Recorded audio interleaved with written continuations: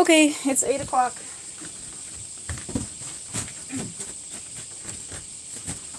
We're filthy already. Yeah. Okay, hi guys. Welcome to our live chat here. It's 8 o'clock, so we're going to get started. Basically, we're not exactly sure how this is going to go. I hope the audio is okay. I've hardly even watched any YouTube live videos, let alone tried to run one, so I think we've got things set up pretty well.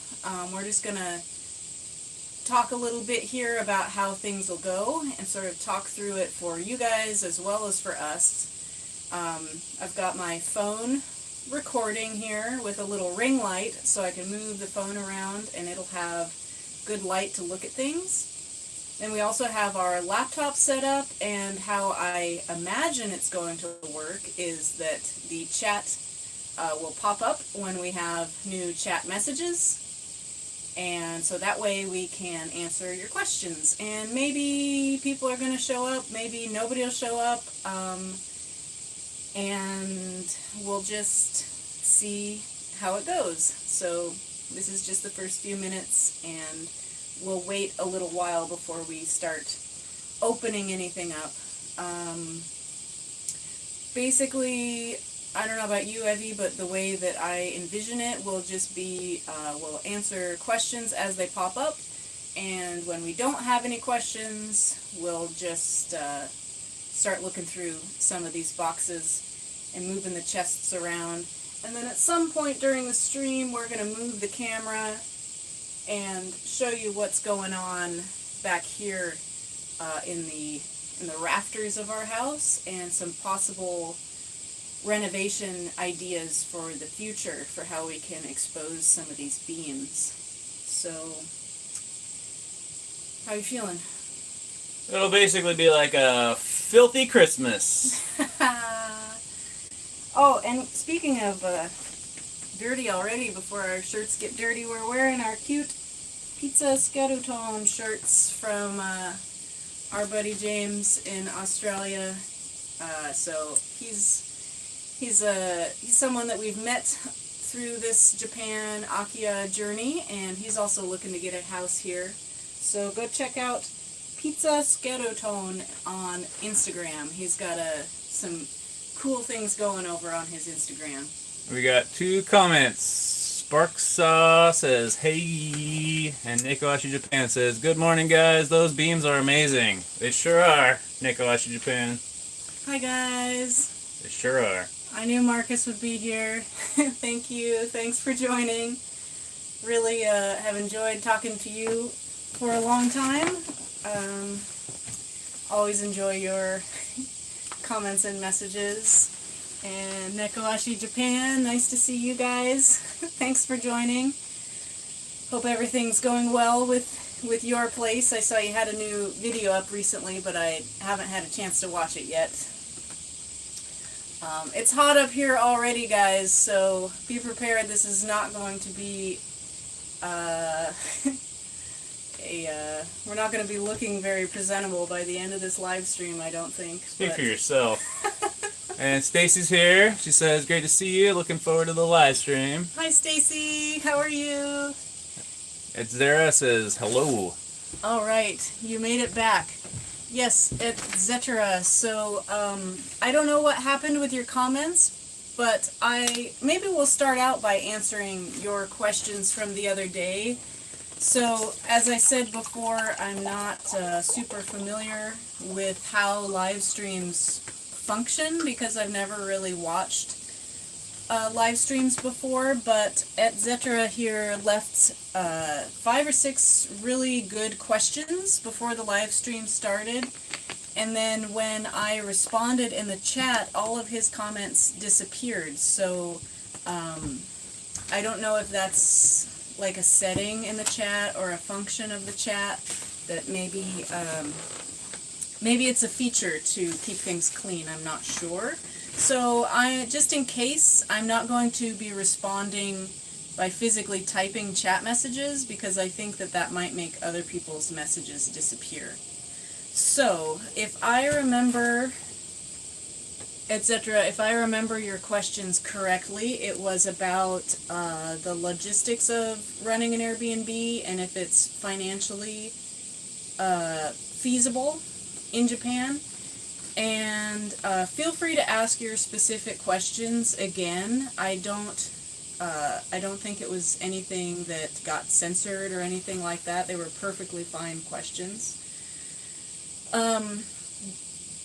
But again, if I remember what your questions were, the short answer is yes, we definitely are happy with our decision to start a short-term rental here. It's already looking financially like a good decision. It will look very good on our business plan for our first visa renewal, which is coming up very soon, or our second visa renewal, I guess. But I would say there's a lot of caveat, a lot of fine print to whether or not an Airbnb is going to be successful here. So I think what we have going for us particularly is that our place is rural. So we are, we have the benefits of being in the countryside. It's beautiful. We're a 10-minute walk from the Seto Sea. It feels like a village because it is a village here. There's 2,000 people on our island, but we have the series of bridges called the Shimanami Kaido, which is a very popular tourist attraction for Japanese people and globally. So even though we have the feeling of being remote, we're 30 minutes by car either direction to some big cities, and we constantly have a flow of tourists coming through. So I know there are really successful rentals in super rural places, but I don't think every rental in a rural place is just going to automatically be successful.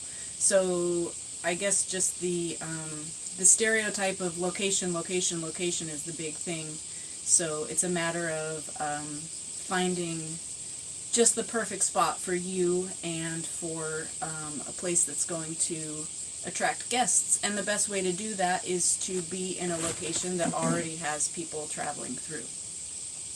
So short answer, I hope that answered your question. I guess I will say I did look at our numbers yesterday, and let's see, if I remember right, I made a whole video and blog about, you can check it out. I saved all of the information to the penny of what we spent on our house and renovation. Not only just because I'm curious and I want to keep track of everything, but also because we have to keep track of everything. Because we are a business in Japan, and we have the business plan, and our visa is a huge part of our business manager visa renewal. We have to keep track of everything for our accountant and for filing taxes in Japan. So I just looked at that the other day because someone was asking me how much we spent on the renovation, and the house was 1 million yen, which is about $7,500 at that time, and our renovations were about 5 million yen, and that includes renovation, furnishing, and the cost of getting the rental license, which includes the fire extinguishers and all of that. So a total expense to go from an abandoned house that had been abandoned for 10 years to a rentable, licensed, functioning guest house, we spent 6 million yen. And I just looked at our Airbnb, and we've made about 1.5 million yen back so far from our guest house rental. So that doesn't include utilities, that doesn't include any ongoing expenses, or, we've bought a few things for the summer. We installed some air conditioners for about $1,500. But just looking at our initial expense of 6 million yen, we've already made back 1.5 million yen. So I do think my initial estimate of fully making everything back within about 2 years, that might be a little bit short, but if I were to say 2 to 3 years, I think that'd be a lot more reasonable. So anyways, etc., I hope that answers your question. You can let me know if you have a more specific question that I didn't answer, and let's see what else people are asking. Can I add something? Yes, please.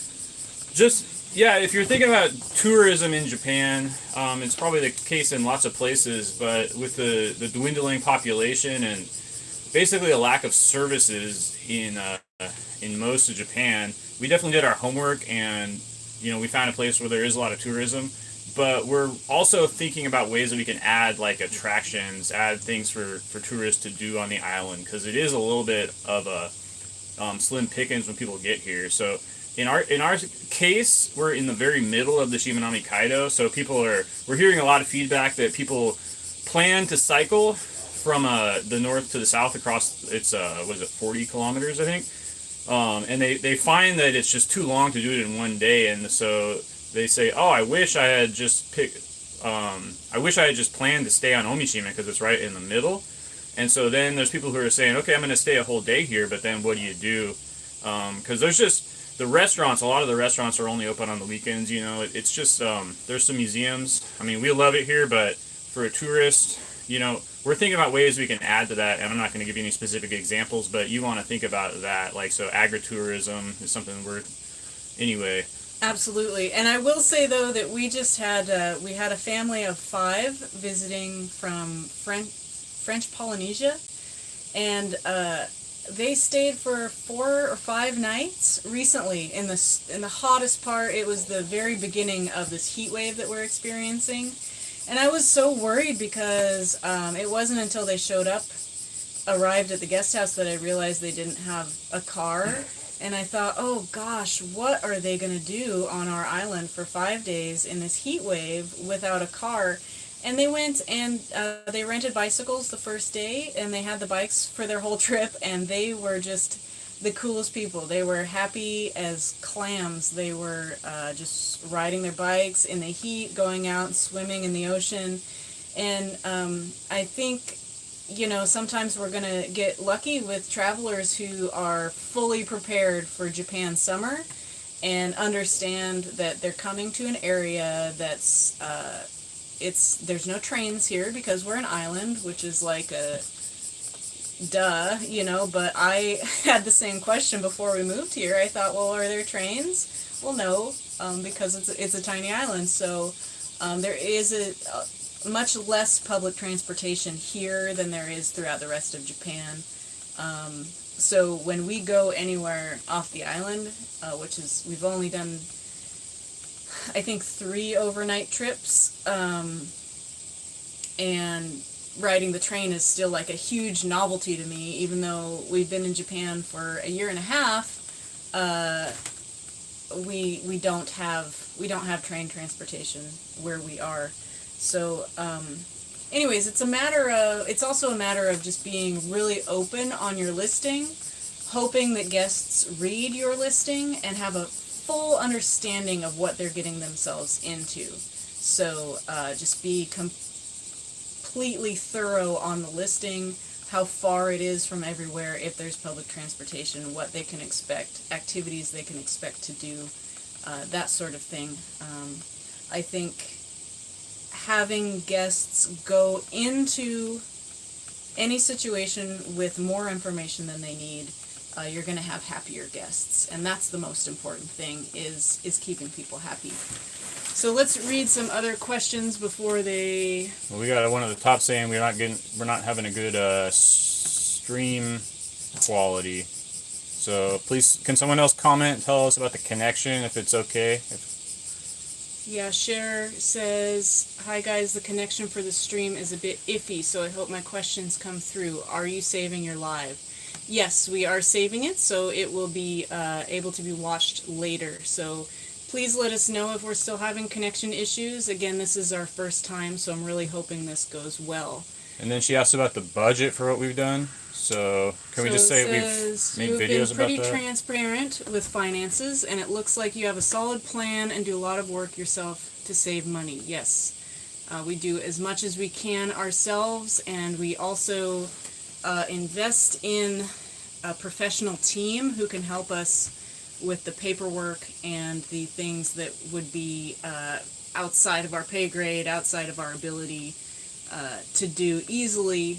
There's a lot of things that we could do, but having the professionals do them for us makes sure that there's much fewer mistakes and things happen in a much more timely fashion. So she also asks, could you say what an ideal budget is to do what you've done? And we just had a discussion with someone about that yesterday, and it's really hard to say an ideal budget because everyone has different tastes. We were talking even about tatami mats, for example. So tatami mats, there's multiple different tiers of quality. And, some people have a baseline quality that's higher or lower than other people. Some people are going to want to do a renovation and do things with absolutely top of the line, and some people are going to want to do a renovation and keep things modest or traditional. So because this is our first and will be our second renovation in Japan, it's really, really hard for me to say what an ideal budget is because we only have our experience. We're pretty new at this, and I also think that we got a little lucky finding our guest house for 1 million yen in the condition that it was, with no roof issues, no foundation structural issues. But, there's going on 20 million abandoned houses in Japan, so I really believe, if you are persistent in looking and finding a house in a certain budget with certain parameters, if you look long enough, you're going to find it. That's honestly how I feel. So let's see. Okay, let's start at the top. Yes, I know. We got some. Okay, so Stacy Sparks. That's Marcus. Marcus Hi, and Marcus. Nikoashi, they say. Hello again. And Joe Denroom's watching. All right. Oh, hi Joe, all the way from Louisiana. All right, so sounds like the connection's okay. So thanks for that feedback, y'all. Thanks, guys. And Cher asked about Lyme disease. You want to tackle that one? Yeah, sure. So Cher asks, how is Danny doing with her Lyme disease and working quite so hard? So I'll just talk about this briefly because it is very important. It's not something I go into a lot on the Benton Homestead page, but I got bit by a tick in Oregon in the United States in 1991 when I was 7 years old, and I had Lyme disease and a few other tick-borne disease co-infections for approximately 30 years, going in and out of remission. So I was bedridden as a child and then again in my early 30s, and basically the entire time we were in Louisiana, I was undergoing intensive treatment for all of the illnesses with a really knowledgeable Lyme doctor there, and right before we left for Mexico, he gave us the medical go-ahead that it's hard with tick-borne illnesses to say if you're ever cured, and I do believe that I still have some lingering Bartonella symptoms, but at the very least, Lyme, Bartonella, Babesia are in remission state. So thankfully, I wouldn't even be able to do 5% of this work if I still had the kinds of symptoms that I had. So it was incredibly fortunate timing and took a lot of work to get to a state of being in remission again. So thank you for asking that. It's something that we keep a close eye on, and it's always in the back of my mind. and there are a heck of a lot of ticks here. So it is pretty much every time we work outside is a little, fear-inducing. I don't know if it's because Ōmishima specifically has such a large population of wild boar and dogs that the ticks just have a constant source of food, or if it's all throughout Japan. I don't know, because my only Japan experience is on this tiny island. But you can hardly go outside without coming home, and there's ticks. There's ticks on the dog. There's ticks on the neighbor's dog. There's ticks. We found ticks on our clothes. I found, and they're not the mites. They're not bed bugs. They're not fleas. They're actual ticks, just like climbing on the carpet and on your clothes. So that's definitely fear-inducing, and something that we're going to have to live with, or I'm going to be getting a flock of guinea hens to eat the ticks in our plots of land. And anyways, long answer. I'm doing well, and thank you for asking. And we're just not. We really are putting our personal needs like very low on the hierarchy of needs, Maslow's hierarchy of needs. So that really sucks. We don't have hot water in our house. We haven't had really a kitchen for almost a year. So our nutrition is very bad. So hopes and prayers on that front. Definitely, nutrition is key when you're dealing with a chronic illness. Top 3 bands. You want to answer that one? Well, hard to say. In the workshop, my current top 3 CDs, which, man, I haven't had a CD player in like a decade, so I forgot how terrible MP3s are. Because like when Danny and I first started dating, and I wanted to show her music, I would put it on like the YouTube, and it was like, gosh, this doesn't sound very impressive, So now I have a CD player, and top 3 bands on the CD player in no particular order are Eastern Youth, the Get Up Kids, and Catch-22, I have to say. Yeah, it brings me joy when I walk outside and Evan's listening to ska in the garage. Just that makes me very happy. I think we've got maybe 2 or 3 dozen CDs that we've picked up from thrift stores here for about $1 a piece. But it's pretty nice. There's a better selection in the Japanese countryside of punk rock and ska than I could imagine. Snail Ramp's pretty good. Have you got to check out Snail Ramp? Snail Ramp is a good new Japanese ska band that we found.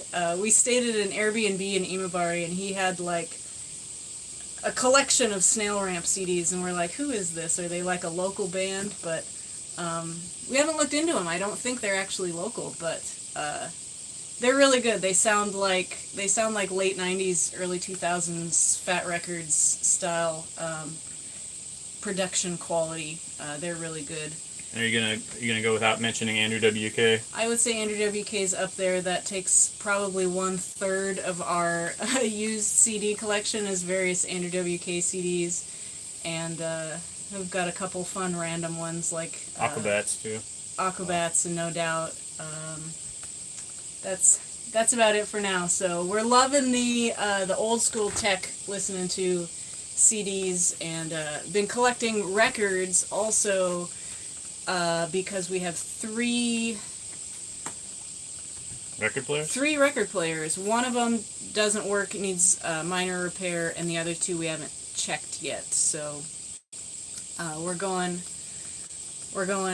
low tech with our music. Yeah, CDs are like the only format that's still cheap. Yeah. All right. How was winter? Next question.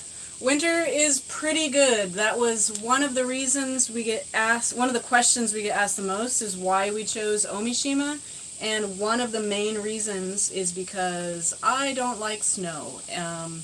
Growing up in Oregon, we didn't have a whole lot of snow, but once we moved to Louisiana, I said, Evan, we are never going to move anywhere colder. We can only go warmer.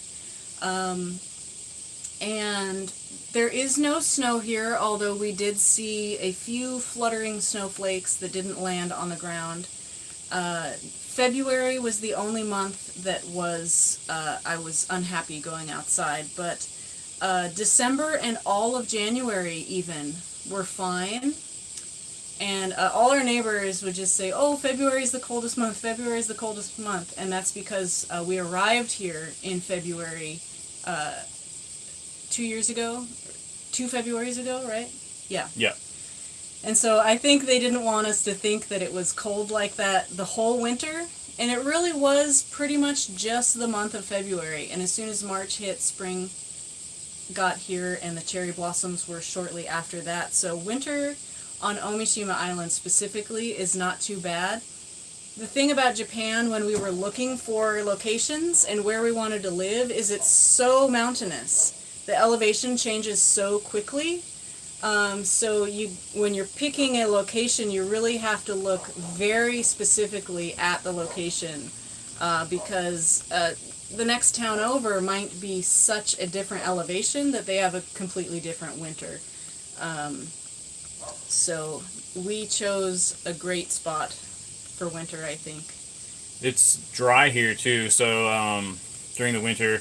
So citruses are the main crop, and I guess that the dryness means we do get some frost, but it's so dry that there's nothing in the air to freeze, and yeah, so that helps the citrus survive. And so Cher also asks,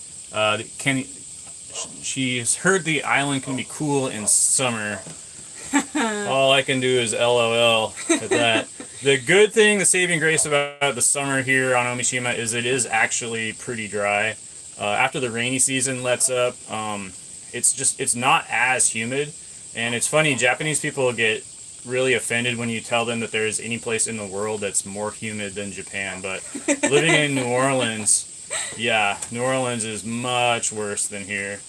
Now, granted, we had air conditioning, so that was, you can go out and sweat your butt off, but come back inside and refresh. And here we don't have that ability, so the guest house has air conditioning, yeah, but we don't have air conditioning, and y'all have us up here in the attic, so it is. Yeah. I don't know if you can see the sweat, but at least YouTube doesn't have smell-o-vision, so you don't have to worry about that. But the Seito Sea is sort of like the Japanese Mediterranean, so it's sheltered and dry. So it's one of the few parts of Japan where they're growing grapes. I'm still iffy about that, but so grapes, olives, people are growing too. Anyway, it's a really nice. Japan is a super, super humid country, and this is one of actually the less humid areas. And Cher also says, sounds like an awesome introvert getaway as long as there's strong Wi-Fi. Yeah, Wi-Fi has not been an issue. If we're having connection issues up here in the attic, it's just because we're far away from our modem, but no issues with Wi-Fi. However, both of our houses had never had internet hooked up before because one was abandoned for 10 years and this one for 40 years. So both times that we got internet installed, it involved waiting 2 or 3 weeks for a technician to come out and actually run the line. Which is fiber optic, so it's pretty good. Yeah, we've got great internet. I think people make that comment a lot about rural Japan having no Wi-Fi, and I think things are changing, at least in our area, but I've heard from other people that in even more remote areas that Wi-Fi is not a problem. So let's see. Etc. says, is it pretty easy to find legit real estate agents once in Japan? I've emailed a few and only one replied, but he only works with properties in central Tokyo. Yeah, probably not. Probably not. Not easy to find legit real estate agents. I mean, they're going to be legit. The thing is, they're not going to be willing to work with foreigners. And if you're wanting to get an akiya, basically, real estate agents in Japan, their income is capped at a very low percentage. It's 3% of the sale price is the maximum amount that they can charge. So in our instance, 3% of the sale price of our guest house is approximately $200. That's the maximum that a real estate agent could make. However, our real estate agent is one of the nicest people that we've ever met and has been incredibly helpful. He even helped us get utilities set up after we bought the house, but he was more than willing to work with foreigners, And in fact, he's the one who approached us after we bought our 2 houses and said, hey, can you help me with other foreign buyers? So he's actually the one who sparked us starting the consulting part of our business here. It had been something that other people had suggested, and it was something that Evan and I had talked about. But it wasn't until Nomoto-san, an actual real estate person that we had worked with on both of our purchases, said, hey, why don't you guys do this and help me help other foreign buyers? But I have heard from other people, you're not the only one who are not getting their emails returned, not getting their phone calls returned. And I would say the biggest reason for that, from what I've heard from others, because it's not my experience, but from what other people say, it's just because of the language barrier and the perceived additional difficulties of working with foreigners, because their income is so low. Any extra amount of time they have to spend translating or doing anything like that, when they're only making a couple $100 in the end, is just not worth their time. So I don't know about you, Evan, but my advice would be to reach out to a real estate agent via someone who speaks Japanese. So if that involves hiring an interpreter for the sale, or finding someone locally who's willing to help you out and do the translation, that would just be my personal advice. If anyone's not returning your emails, don't take it personally. It's honestly just probably not worth their time for the small amount that they're going to be making on the sale. So just something to consider, because in the U.S. and other places it's totally different. Real estate agents in the U.S. make bank.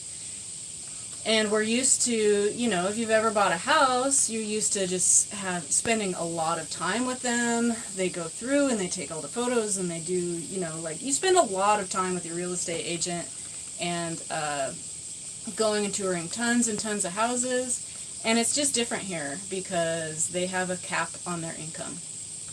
Yeah, there's a reason Akiya are cheap. Real estate agents can't make very much money, and they have to work harder to sell these Akiya, so... Let's see. Neko Ashi says, beaches look beautiful. They are beautiful. Come visit. Etc. says, I'm looking into Shizuoka Prefecture. Do you know where that is? Yeah. Where?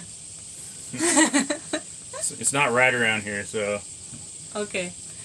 Is it north of Tokyo, or where is it? No, it's... I can't remember exactly. It's... Okay. Well, good luck in Shizuoka Prefecture. We don't know a whole lot about it, but Evan lived in Tokyo, and he did a lot of traveling throughout Japan, but I have pretty much only been in Ōmishima and a little bit of northern Shikoku, so my experience in the rest of Japan is very limited.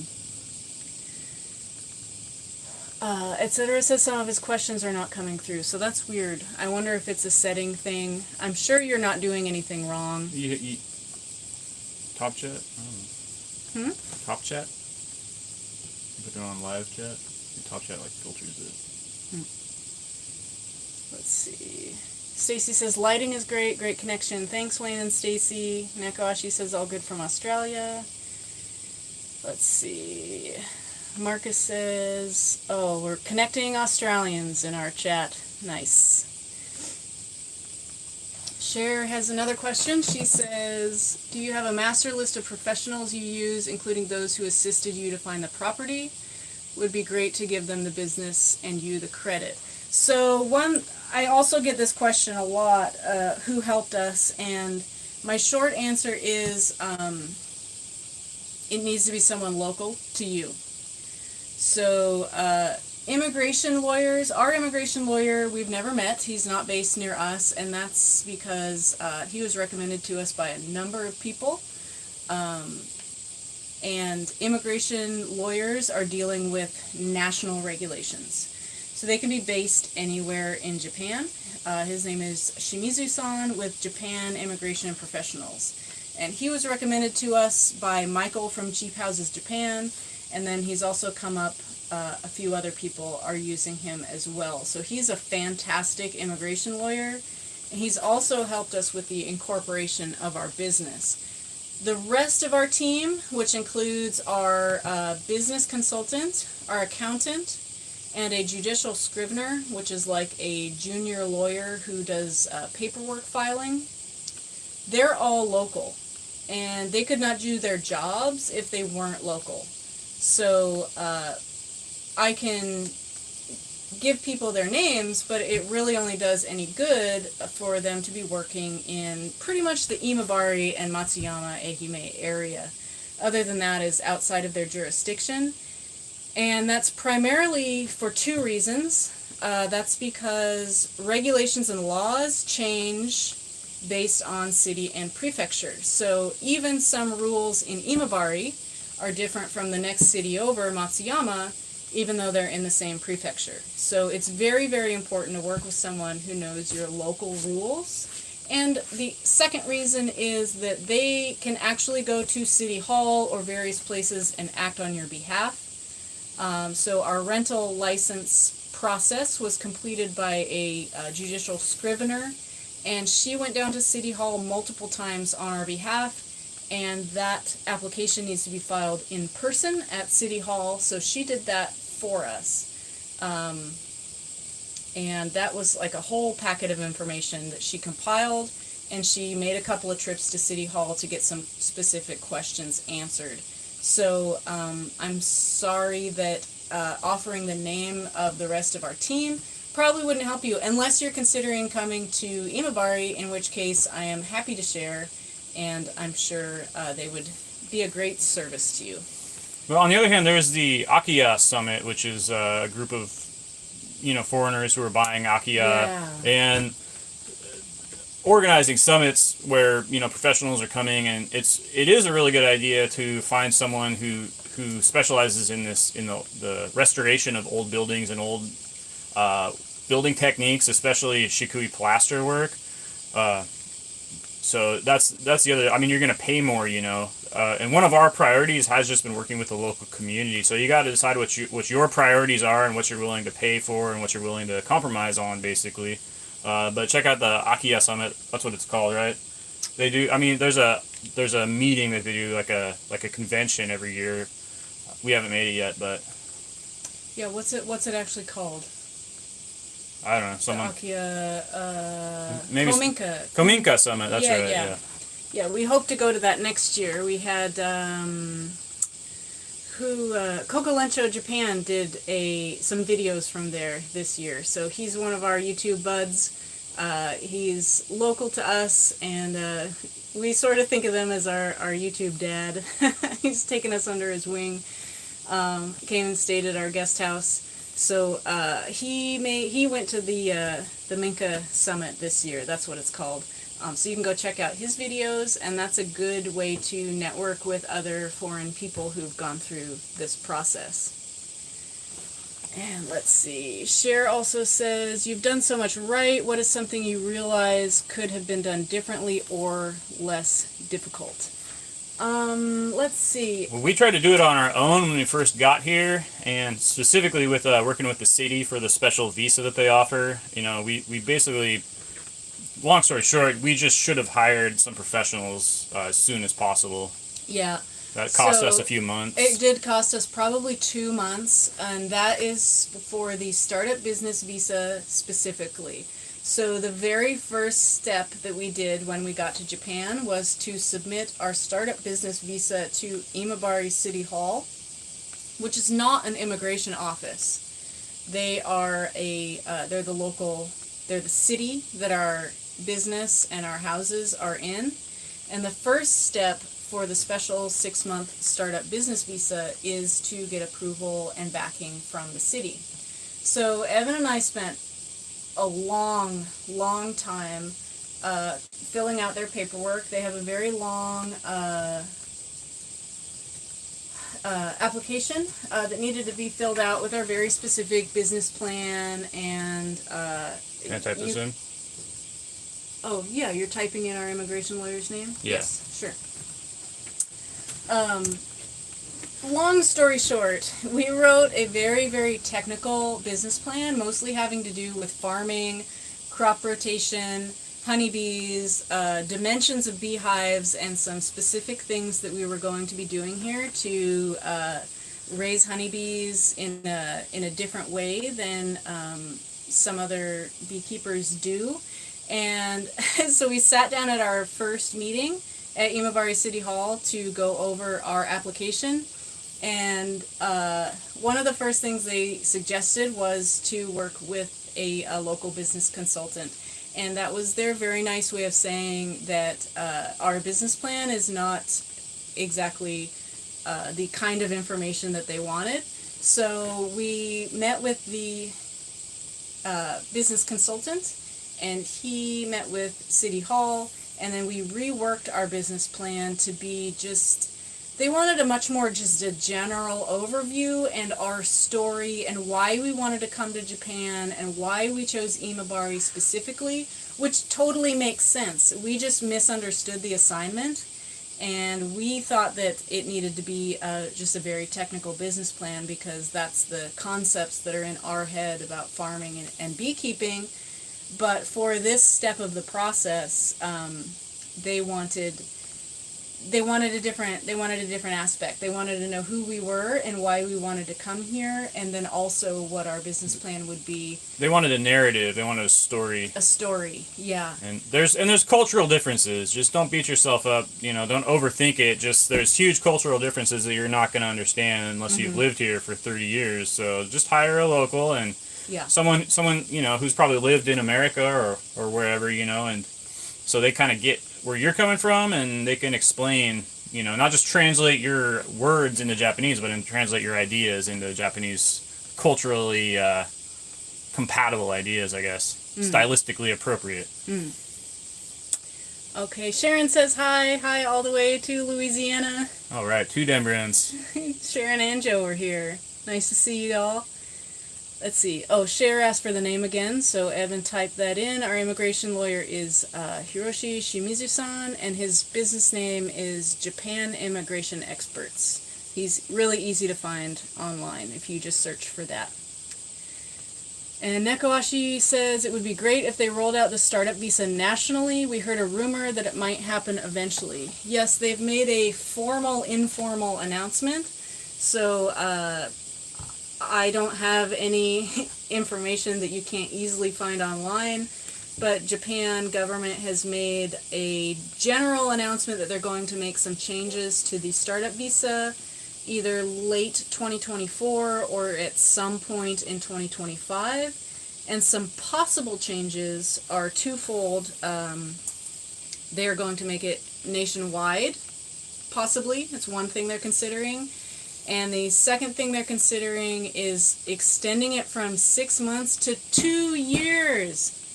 2 years! Oh my goodness, it would have been so much easier.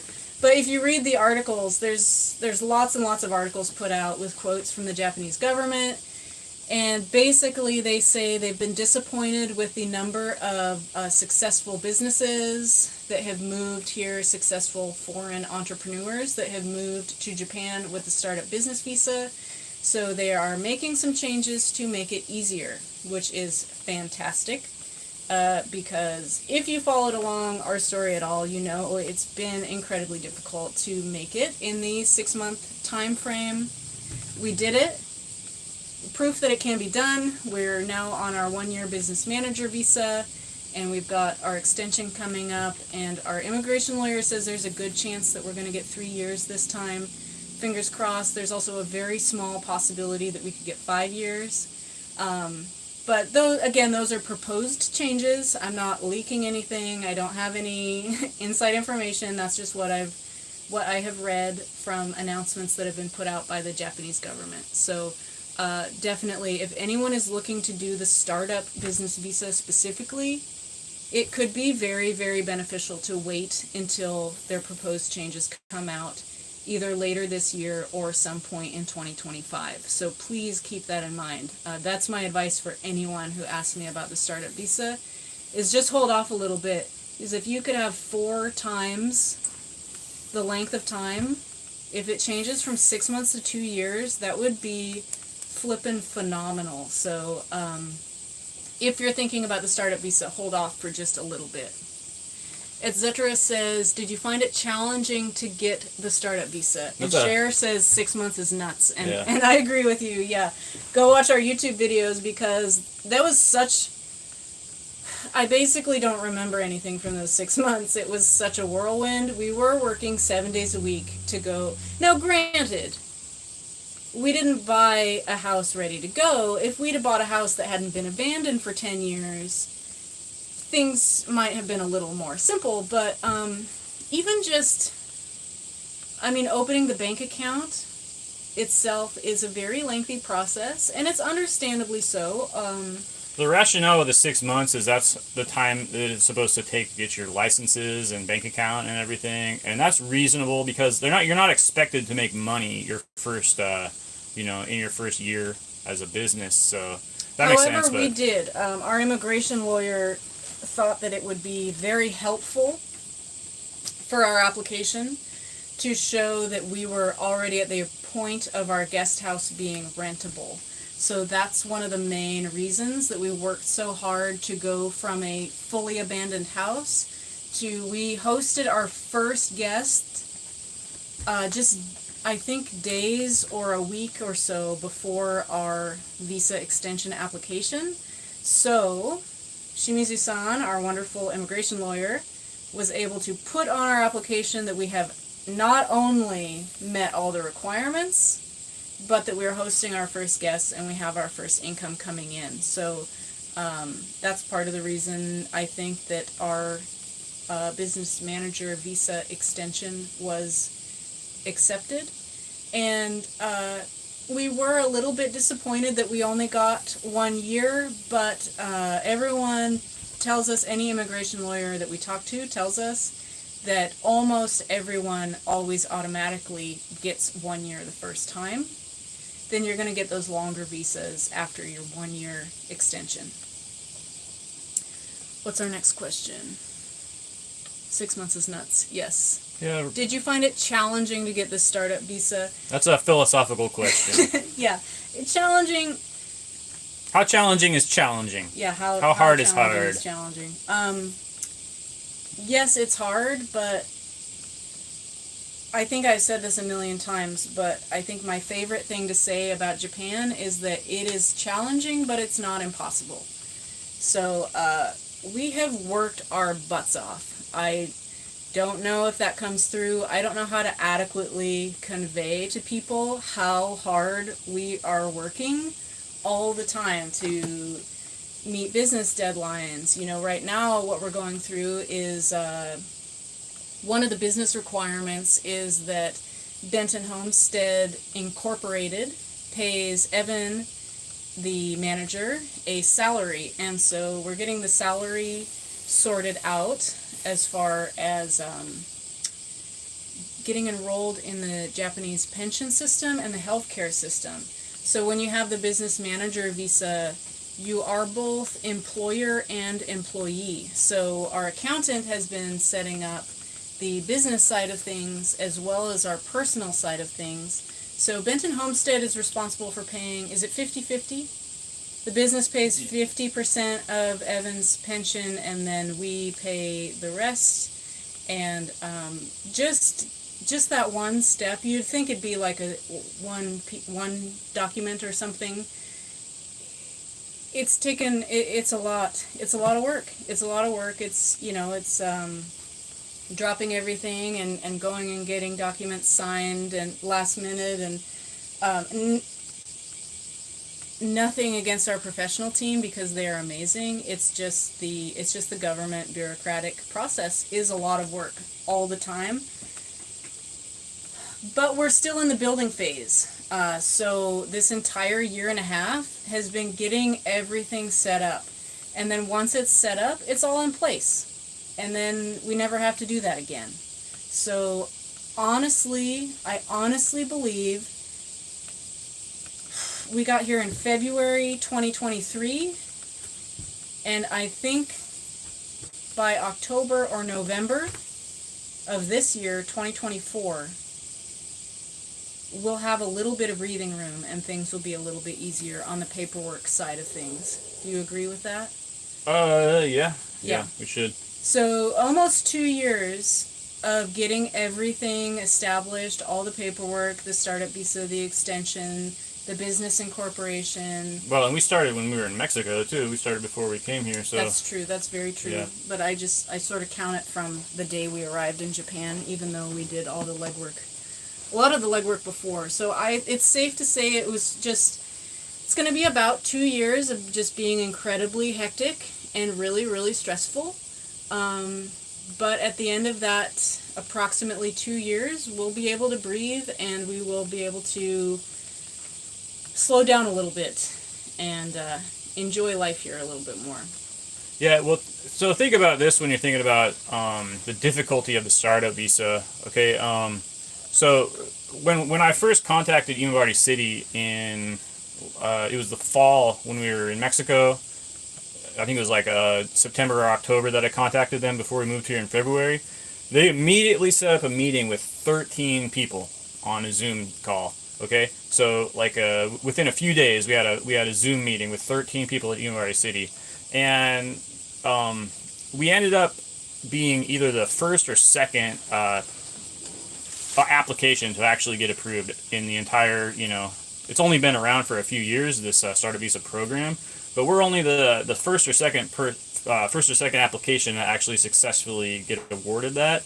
But I mean, think about this: somebody at the city had to write up this program, how to design this program, right? Because there's only, 10 or 20 startup visa programs offered by the various municipalities in Japan, because it's not a nationwide program yet. Someone had to design that. They had to have all these meetings with all these government officials talking about how to do that, and then how to talk about our proposal specifically. And then when we met with Imabari City, which we met with them, we met several in times. person we probably had 6 meetings with Imabari City, and then we hosted them here one time. And so, and it's not just the city officials. So we had to hire a business consultant, which is what I was mentioning. That's probably the biggest mistake, is we should have hired that guy sooner, because he was the one who drew up our actual program. Hi, Nate from Oregon. And when you're done with this, Joe has a good question that we'll answer very quickly. Oh no, we're not going to answer that question, Joe. We're not going to talk about that. But so we had to hire a business consultant, which was expensive, but the city also hired a business consultant, which was expensive, just to critique us and to critique our plan and give them feedback from his side. So all of this work has gone into basically us only in the history of the Imabari Startup Visa program. Think about that. Just think about how many man hours just on the city side has gone into getting us our little Airbnb and honeybee operation.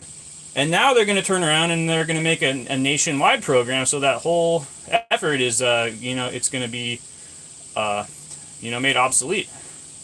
Well, they're learning from it. They're going to take that experience, and then they're learning from it, and hopefully they're going to make the program more successful. So yeah, hopefully someone at UR City gets hauled up to the federal. Hey, thanks. Oh, we got our first super chat. Is that what that's called? I don't know. Thanks, buddy. You were our very first YouTube income ever. That's Marcus. Marcus. He's the Australian fellow that I'm often chatting with. So Nathan says hi. He is a photographer that I knew from Dallas. So we did some shoots together, and we spent a lot of time. We met at Focal Point Photography. So he's someone I've known for a long time. And Joe from Louisiana says, I think you said you got your Japanese driver's licenses. How long did that take? And we are still fairly traumatized from the experience, so we'll answer the question shortly, but it took us approximately 7 months from the time we tried to make the appointment for the first time to successfully leaving the Japanese driver's license facility with our Japanese driver's licenses, keeping in mind that the whole time we did have international driver's licenses, so we were not driving illegally. We had international licenses, which are valid in Japan from the United States. We also had Mexico driver's licenses, but those are not valid here. And now we have full Japanese driver's licenses, and get this, in Japan they differentiate between automatic and manual, and our little 2-person K-truck, our little farm truck, is a manual stick shift. So we have full we have full manual Japanese driver's licenses, so we can impress our neighbors by saying Manuaru. That was a big step. I think we called to make the appointments in January. That was one of the first things we did after we got our first visa extension, and they were just booked up for months. So the whole process took us 7 months. Next question. You guys are definitely inspo goals. I love how forthcoming you have been with information in your journey. Thank you, Susie. So, thank you. No, honestly, thank you. I never intended to have a YouTube. I'm a photographer. I like being behind the camera. I don't like being in front of the camera. But, you know, we were in Mexico and looking for this information, and there's just... We've got 21 people watching. So little information out there about the startup business visa. Not even just like, oh, I can't find this information in English. They're not even in Japanese. Not even in Japanese content are there people's stories of actually going through this process. So I really just felt compelled. I'm honestly just trying to make the kind of content that I wish I had 2 years ago to look through. And, you know, I get a lot of people asking us questions, and I love talking to people, and we've met some really cool people along the way. We've made a lot of friends, and it's fun. Now I'm doing this because it's fun, but we started doing it because this information just was not out there at all. And maybe part of that is because I think the startup business visa is designed to be way more towards like medium-sized businesses, somebody who's going to come in and has like 10 employees or so. So the fact that we did the startup visa and Evan is the manager and sole employee, and I am just the lovely spouse and secretary, I think maybe that's the reason there's just so little content out there, because like medium-sized businesses aren't really going to have an incentive to talk about their journey. But either way, we're happy to share, and thanks for watching, and thanks for listening. I really appreciate it. Epiphany London says they cloned you from your experience. Oh, meaning the startup visa going nationwide? I think that's what you mean. Yeah. It was good. I felt like we were all learning. So we were learning, the city was learning, everybody involved is It's a beautiful thing. It is. It's been great. It's heartwarming. This is the heartwarming content that everyone's looking for. Cher says, nothing unusual at all about 7 months to get a license. Yeah. When we got our license, it was us, and the only other foreigner there that day was a young Vietnamese professional. He was a engineer, and he said it was his fourth time taking the test.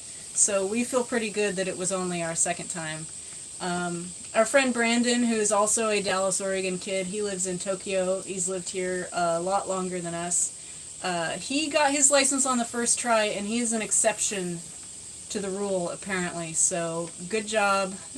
Good job, Brandon from Dallas. But it took us 2 times, and it took that really nice Vietnamese kid 4 times. So, it's a strange test. I'm going to make a whole video on it later. So, it's not that we're not going to talk about it at all. It's that we're still just sort of processing the experience. I'm not going to talk about it at all. Evan's not going to talk about it, no. I don't get to talk about things like that. He doesn't have anything nice to say, and I don't really either, so I'm sort of struggling on how I'm going to make that video. Epiphany London says, yes, the startup. Yeah, so I think they are realizing that smaller businesses like us, just one employee or two people moving here, starting a business. I do think that's another reason that they're making some of these changes, is that they realized they'd created a scenario that they didn't know people might want to do. I sort of think that's a small part of some of the changes that they're doing, is maybe they are catering it towards actual small businesses instead of like small to medium sized businesses. Well, like the digital nomad visa, they made this digital nomad visa, and then they're getting this feedback that it's basically worthless. Yeah, nobody likes the digital nomad visa. No one that I've spoken to has anything good to say about it. I don't know about it personally because we already had our visa, and I guess it's only good for 1 year, and I'm not positive if it's renewable. I don't think it is, so it's basically just like a 1-year pass. But again, I'm not an expert on that. We have no idea. I've only heard from other people who have looked into it for themselves, and they're not happy with it. But we look at it from our angle, where we're trying to get into Japan, and we're seeing it as not a viable option for us. And the government's looking at it, and they're saying, well, we have this pilot program, and nothing bad happened, so maybe we'll roll out a successful version in the future, Marcus says, Nomad visa sucks. It's just 2 tourist visas stitched together. Yeah, that's what everybody says, so... Yeah.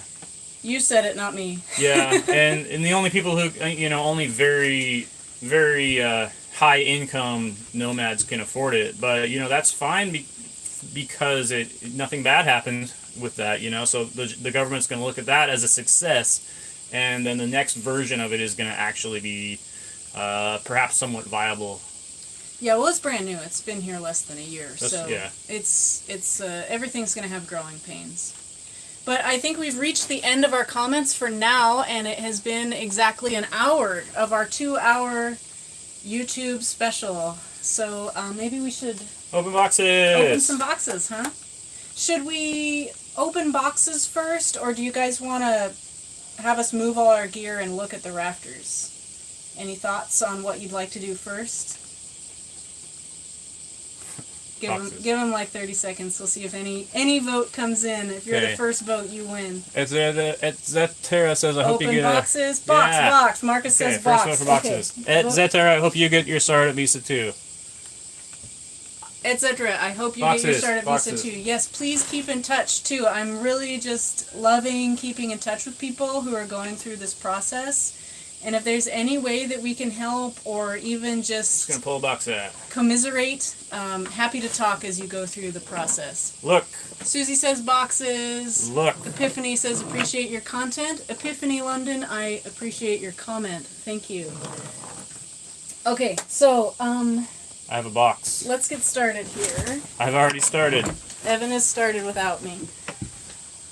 Okay, why don't you step back a little bit? There you go. I'm going to move these things out of the way that's on the floor. I don't know what they are. Oh, they're chairs. Oh, sweet. Cool, chairs. Okay, here's where it's going to get weird, guys.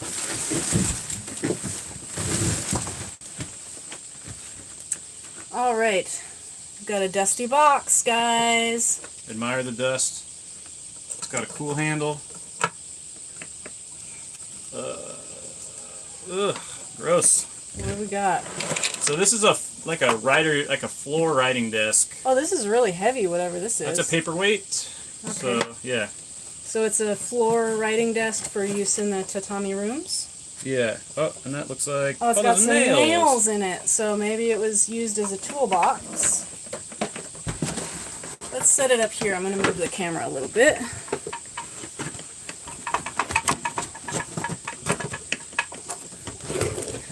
See how that looks. Yeah. Everything else we have to open is enormous. Everything's massive, yeah, so we'll be moving the camera around. I'll try and make it not too wiggly. Cool nails. I'll put those in my beehives. And then, you want to pull out the bottom one? Yes, please. Oh, some pens. And more nails. Needles. We got some old writing utensils here. We've got a delay on the video, so I'm sorry if I don't have things held in the correct place, but that's a nice little, we can definitely clean that up. I am considering having my office be in one of the tatami rooms as well, so I might end up having a floor desk someday, and that might work really well for that. Yeah, hands already gross. Yep.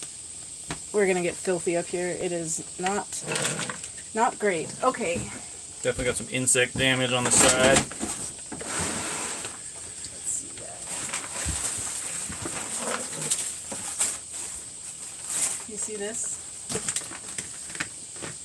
This is just an absolutely filthy piece of what was once beautiful wrapping paper. And some rice bags that I think they put on here to try and keep the chests not very dirty. Looks like sugar, eh? But the house was abandoned for 40 years. And prior to that, it was inhabited by just one woman for, we believe, 1 or 2 decades. And so a lot of the rooms, even though the house was abandoned for 40 years, many of the rooms had been just sort of boxed up and not entered for 10 or 20 years longer than that. So I don't imagine she was coming up here to the attic very often during that time period. So let's get into these boxes here. Now these are 2 boxes. I think I know what these are. If so, I've got a funny story. So in these boxes, these are, any guesses? So we found a box of these at the guest house. And I got really excited because they're made of plastic and paper, but they're really beautiful. The one that we found at the guest house was golden, and it was just this beautiful gold plastic, but still beautiful floor lamp. And as I was setting it up and thinking, oh, this will look really beautiful in the guest house living room. Because, you know, Japan has those... I like the look of the retro lights, but they are fluorescent lights, and they're a little blinding sometimes to be as the main light for a room. So I thought, oh, this floor lamp is perfect. I'm going to use that in the living room, just beautiful for the guest house. And literally as I was setting it up, one of our neighbors came over, Ma-chan. She came over pretty much multiple times a day during our renovation and visited with us. And she said, no, those are for Obon. Those are, right? Is that what it's called? Yeah. Well, they're funeral lanterns. So she said, yeah, that's what she said. She said, no, those are for funerals. Oh, wow, look at the legs, too. But this one's beautiful. This isn't a golden one. But this looks like it might be a little higher quality. This might be plastic, or it might be that, the wood and lacquer. Yeah. Yeah. Those look really nice. And look at the legs in here. I'll just pull these out because I don't want to get them dusty on these. So this house was a Ryokan, which in English basically translates as inn. So there's guest rooms, places for people to stay. Wow, that's all hand painted. Mm-hmm. But since we have all these old photographs, we can see how it was used in the past, and it was really mainly used as like an event space. And so they hosted a lot of funerals and weddings here, and it seems like people would basically buy their own lanterns whenever there was a funeral. This is one of the more beautiful ones. Yeah, this is really nice. Actually found. The other ones that we have, I think we found 4 or 5 other sets of the funeral lanterns. And they're all golden, which is cool, but they're all a little bigger than this and a little lower quality. So this is actually beautiful, but you can't use them as floor lamps. It's offensive to the neighbors. So they're beautiful, but they're intended to be brought out during Obon or during funerals. So as much as I would love to use them to decorate, I just don't. I don't think that's appropriate, so we will be keeping them in boxes until we figure out what to do with them. Yeah, but we have a bunch of them because it seems like every time they had a funeral here, they got a new set of lanterns. Probably. So let's see if we've got some new comments coming in. Let's see. Voluntourism? You guys can see this. Yeah. You guys can see the sweat now. Let's see. Cher says, can you guys invite some Japanese voluntourism? That's a good word. Students who want to practice English and can help with odd jobs. So, yes, that is a definite possible future plan. Evie, you can lift this one up while I'm talking here. Let me show these chairs off because these are awesome. Okay. So don't let me forget to answer her question. I'm going to move the camera here. I think I'll take one of these downstairs after we show them off. But these are floor chairs. Oh, nice. Those are actually kind of cool. Get them on camera so you can see it. Yeah. Sorry, guys. It's going to be shaky for a minute here. That is well cool. That's pretty nice.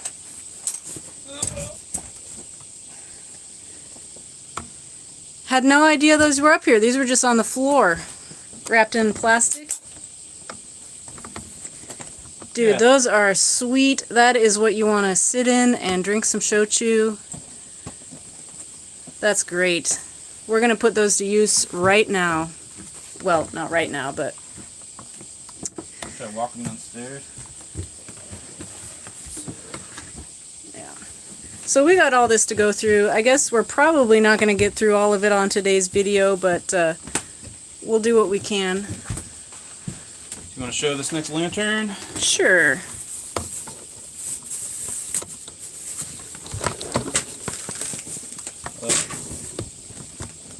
So the plastic bag is just disintegrating. While you're unwrapping that, I'll answer Cher's question.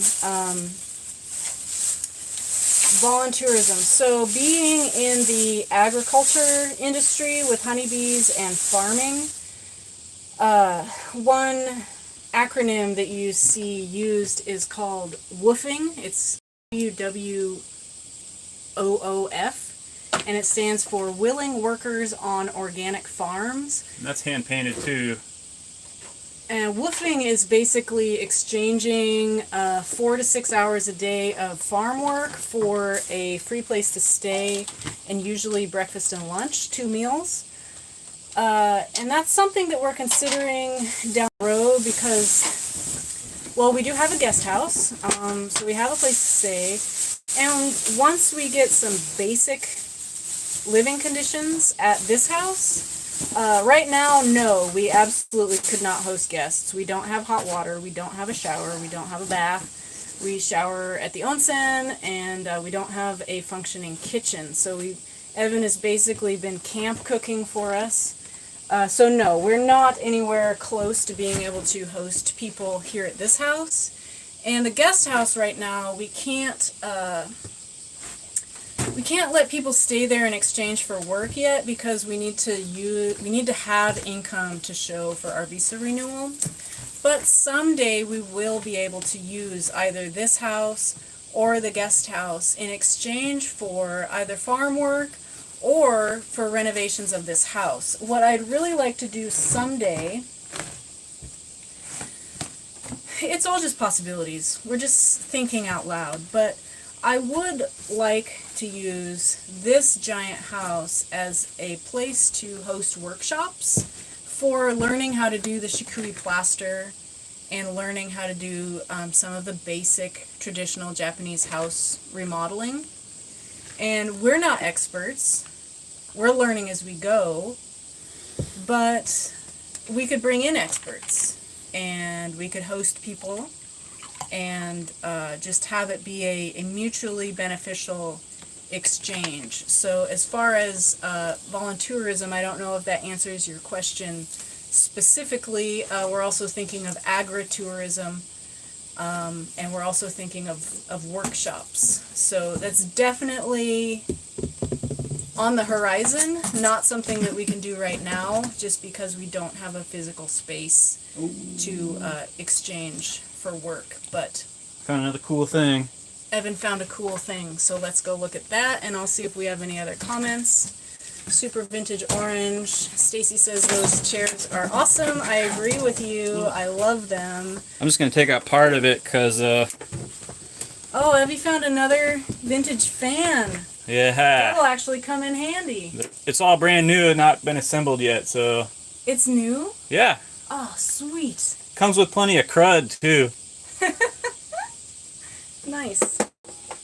Is it... Yeah, I love the old fans. All the old electronics that we're finding, it all still works, which is just incredible. It tells you a lot about our modern throwaway culture and how things just don't last the way that they used to. We're finding fans, flashlights, kotatsus. I mean, there's only been a few things we found that don't work. I'll just put it that way.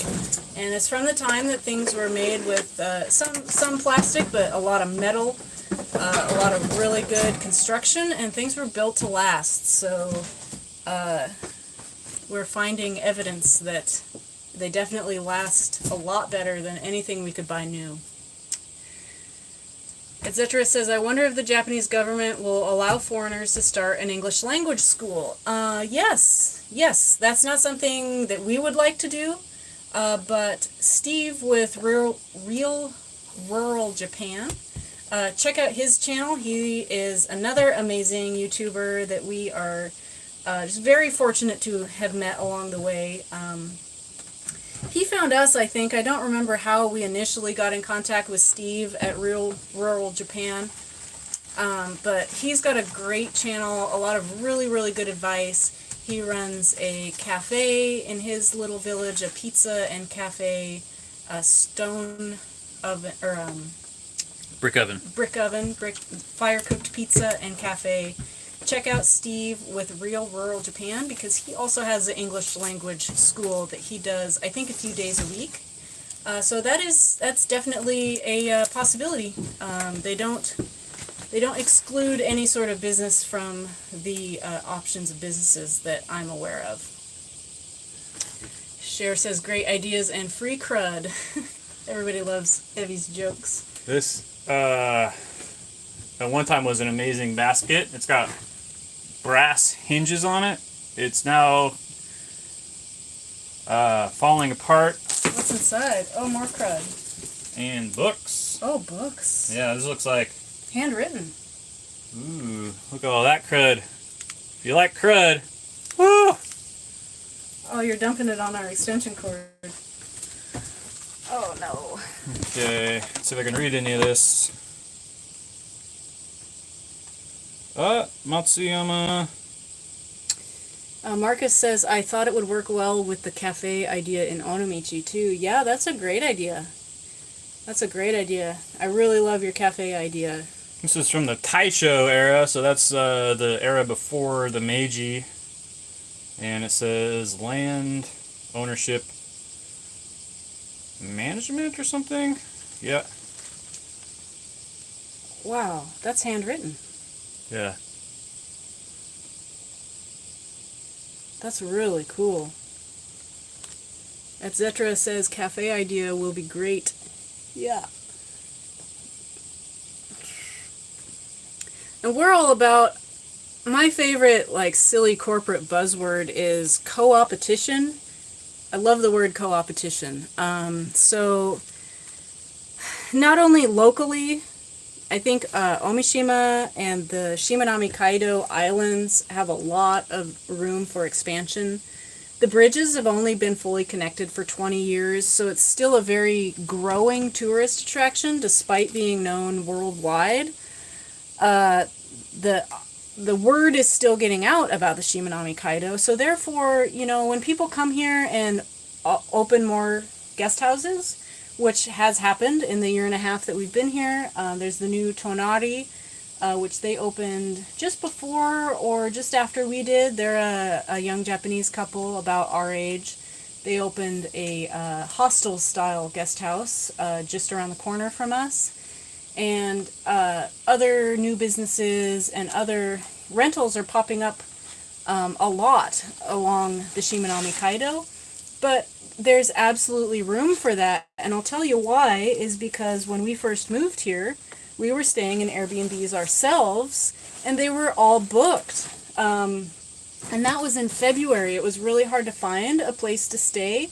So I absolutely love networking with people, networking and building connections. And, you know, if anyone has a business that is remotely similar to ours or can be beneficial, mutually beneficial in any way, I love doing things together, collaborating with people.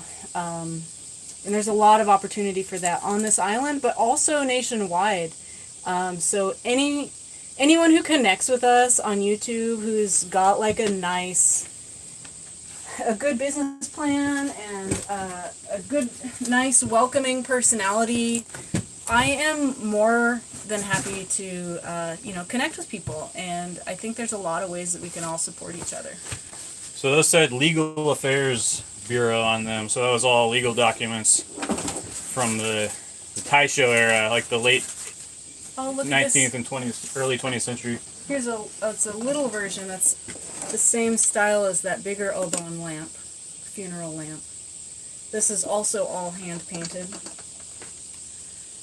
Really nice. Yeah, and on the topic of, you know, co-opetition and things like that, Japan is not a culture of innovation, it's a culture of perfection. So they don't come up with new ideas, they take old ideas and make them better, you know. So if you get a hamburger in Japan, it's going to be a really good hamburger, essentially. So like we had, what's this? That's another Just lantern. keep talking. We had some people come and stay, and you know, we mentioned we want to do hot sauce, and he said, hey, I kind of want to move to this island and do hot sauce too, would you be offended by that?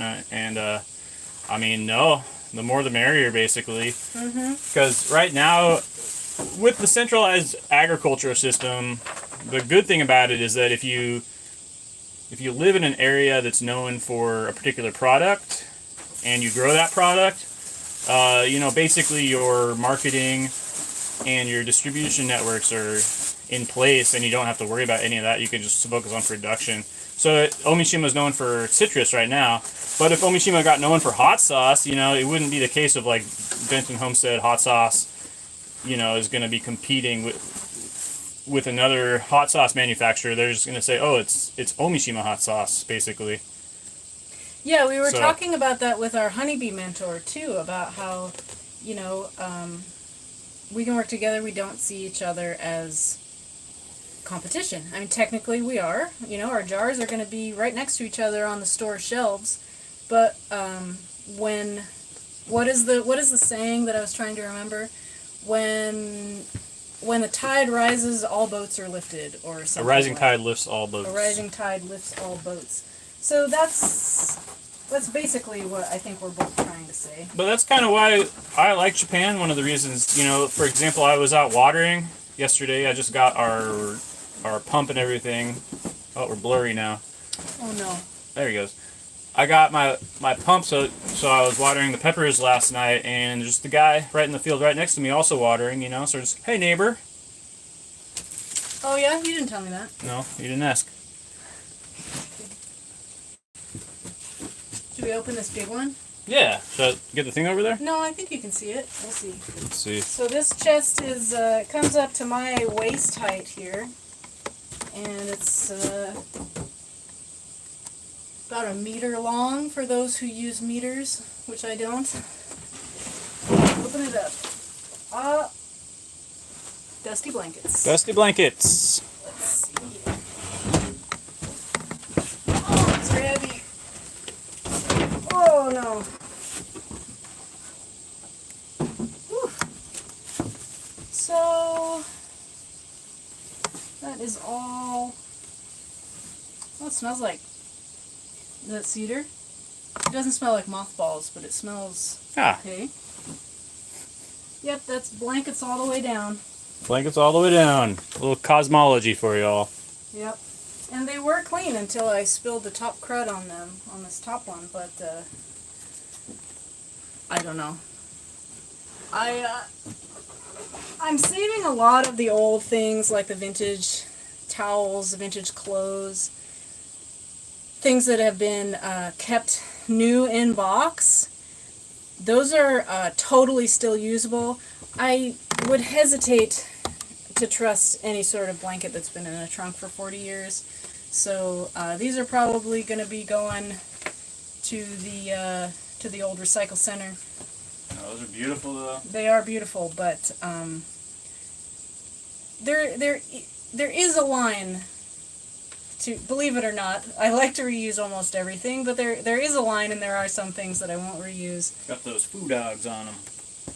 These blankets are probably not going to make the cut. No microplastics though. That's true.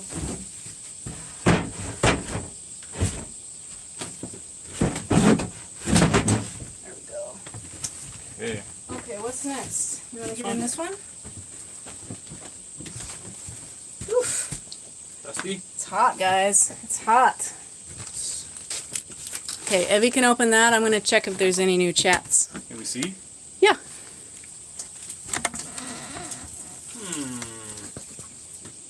Ugh. Mothballs. 7-6. What is that, sweetie? You don't know? It's a bag. Bag. I think there's another bag inside. Nope. Nope. So.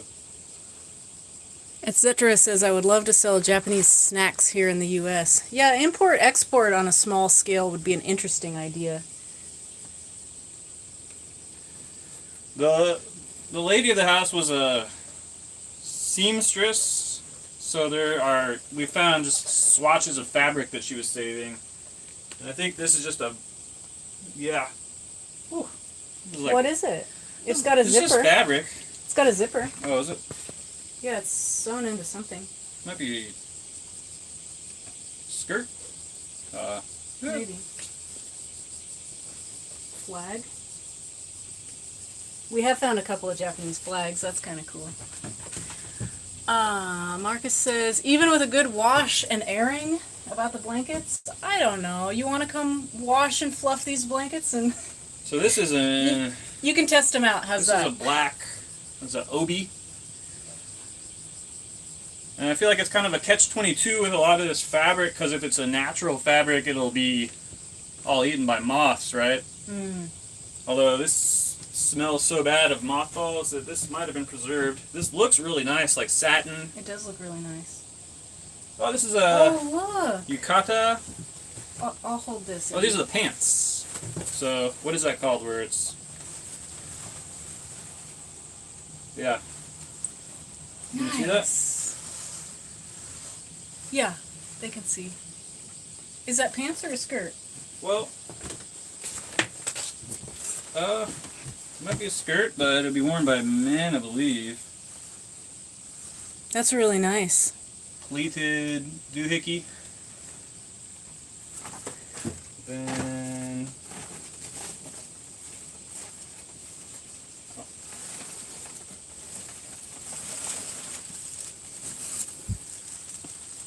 Oh, that's in plastic, huh? Mm-hmm. I don't know. This is probably a kimono. I don't want to unwrap it. Not up here. It's so dirty up here, so sorry if anyone's disappointed that we're not opening that, but Here's a swatch of the same fabric, so this she might have made it herself. Mm-hmm. Or maybe it's for doing repairs. let's see. Etc. says, so many business ideas that I'm not sure if the Japanese government will allow. Well, the only thing you can do is try. I, again, just recommend as the first step would be to contact an immigration lawyer. And again, those can be located anywhere in Japan because they're dealing with federal regulations. And many of them have a free consultation. So they should be able to tell you with a free 30-minute or 1-hour meeting whether or not your business plan is something that the government would accept. And it's always worth trying. And if they have a free consultation and you don't speak Japanese, you might need to hire an immigration or not an immigration lawyer, a translator for the immigration lawyer meeting to have the free consultation on your behalf in Japanese. But you know, that would be an expense, but not a huge expense. That looks really nice, Evie. Yeah. Nice. Careful. I'm trying to. I know. You're a good boy. Let's see. Susie says, I would love to have a large-scale guest house that could host school tours. I'm a Japanese teacher from Australia. I think Susie, did we talk through email? Your story sounds familiar. On Shikoku, but none of the startup visas seem to be available on the island. Yes, startup visas are only by specific municipalities. So either the city or the prefecture is going to offer the startup visa. And we are technically on Shikoku because Imabari, we're part of Imabari City, even though we are one of the islands in the Seto Sea. We're under Imabari City jurisdiction. And Imabari City offers the startup visa. Ehime Prefecture does not offer the startup visa. So I've heard from a few people that they're not able to find a complete list of locations that offer the startup visa. And I guess most of the lists only include the prefectural level startup visas, but there are also individual cities that offer them. Our startup visa was offered by a city and not a prefecture. So I would definitely encourage you to keep looking. That sounds like a great idea, and we wish you all the success, especially because you'll be in Shikoku, which means you'll be somewhat close to us. Marcus says hakama. Marcus, what is hakama? The pants, I think. Oh, the pants. Okay. Marcus knows all the words that I don't know, so he's teaching me all the lingo of everything that I find. He always knows what it is. Stacy says that looks nice. Stacy says that looks nice, Evie. Steamertronic. Cher says looks so cool. Cher, if not wearable. Yeah, it definitely seems like some good summer clothes as well. Nice and fluffy. Marcus says, yes, the pants are hakama. Okay, so let's get into the next trunk. Put these clothes back. I'm going to get behind the camera and adjust it a little bit. Oh, Brody. This is a burlap sack which has been patched. Nice. I'm going to try holding the camera for a bit so we can get a closer view here. So the reason for all the crud is that the house is made of mud. It's mud crud. And especially underneath the shingles are just sitting on top of a layer of mud that actually works really well because if there's a leak and the rain gets through the shingles into the mud, it's sort of self-healing. If that makes sense, but it sort of falls into the attic. So.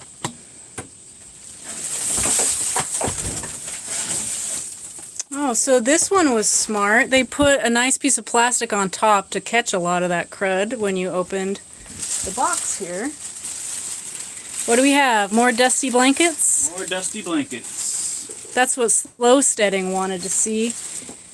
Go check out Slow Steading too. They're a great channel. They are from Canada, and they helped us grow our channel quite a bit. They came to visit us on Ōmishima. They also love this area. And they didn't come here specifically to visit us. They came here because they love the area.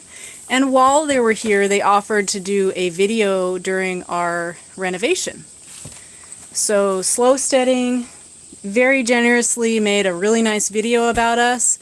And that's actually one of the first things that really grew our channel. Not that we are a big channel, but that's grandma core right there. That's really nice. That's hand stitched for sure. And then there's a box. It says winter clothes. Cher says you can frame some of these cool old clothes if you don't wear them. That is a fantastic idea. I love that. So the goal with this house, with decorating in the future, we have, I don't think it's an overestimation to say we have 1,000 photos of the house over the years. So my goal really is to restore a lot of the decorations that would have been in the house for centuries. Yeah, framing some of those things is a fantastic idea. Marcus says, were those soba pillows? Soba pillows, yes. And this is a... That's a suit. That is a men's suit. What do you call that, Marcus? Seibiro. Ah. The Western suit. Probably not for me. But can't imagine wearing 3 pieces in this heat. Maybe it's a winter-only suit. Oh, you know what? This is with tails and everything. This is a... Tails? Yeah. The jacket has tails. I'm going to back up here a little bit so we can see. It's a jacket with tails and a pinstripe pants. So this is... That's freaking amazing. Oh my goodness. Look at that. Turn it around so we can see the back. Nice. So, I don't want to do the fat guy in a little coat thing, but... Don't do it, don't do it. Not going to work. But the pants...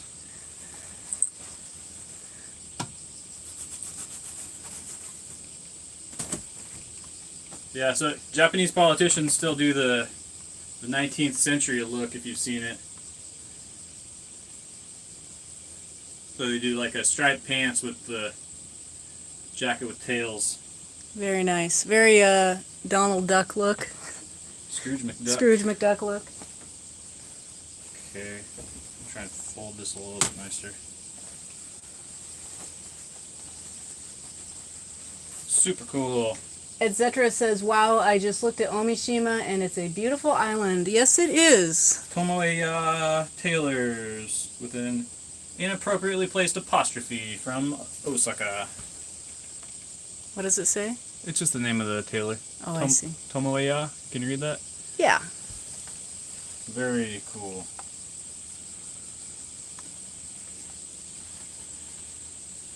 Very cool. Is everything else in that trunk blankets? There's some zabuton floor pillows. Hmm. Over here. I think. Oh, this is like a heavy. No. Oh, it's upside down, Evie. It's Is this a jacket? Yeah. Holy wow. I mean. Yeah, so that's like a hontan. That's super cool. It's a quilted kimono. Is that a man's? That looks like it's your size. I think it's maybe unisex. I don't know.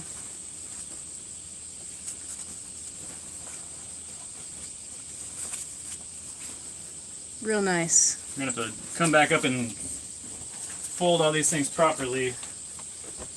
There's a whole stack of those too. Maybe those were for guests. Yeah. Because oftentimes when we go visit some of the bigger cities, we'll see groups of people outside of hotels, and they all have the onsen or the hotel's special gear on. So groups go and stay at a hotel and then wear these cute matching outfits. Marcus says the sleeves are stitched on both sides for guys' ones.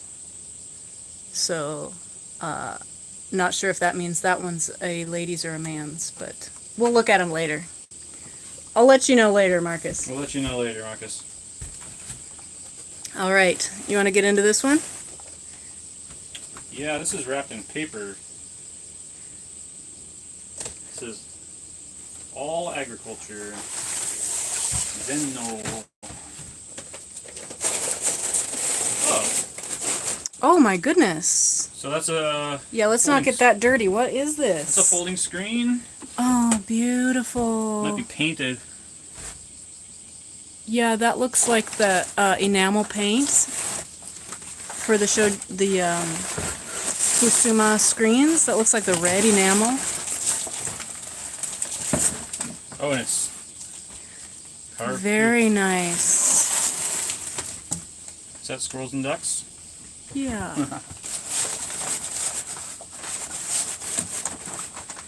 We don't have to open that the whole way. I don't want it to get dirty up here. We can see enough of it. That's beautiful. That's awesome.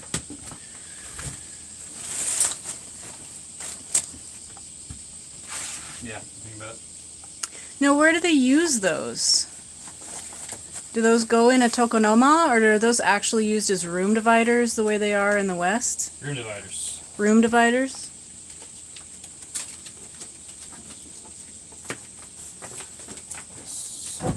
So it's not going to be easy to get this back on, is the thing. So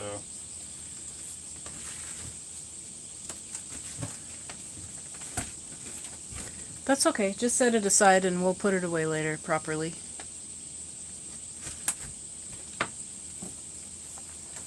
Another comment says there are many chabako boxes. Do you know what that means, Evie? tea box? Chabako? Chabako. Tea box. Oh. Yes.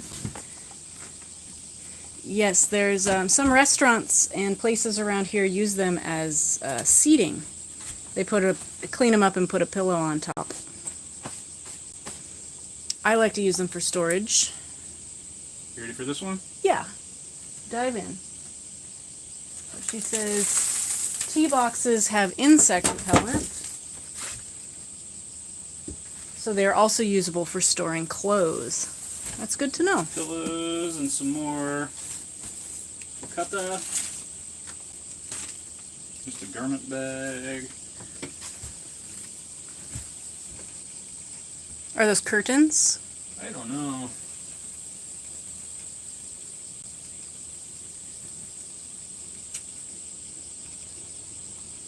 Might just be like a futon cover. This looks like an older... Oh yeah, this one's silk too, because it's definitely moth-eaten. Wow. That's a Hanten. Yeah, it's too bad the moths are smart and they eat the natural fabric, so anything that's silk or cotton is oftentimes damaged.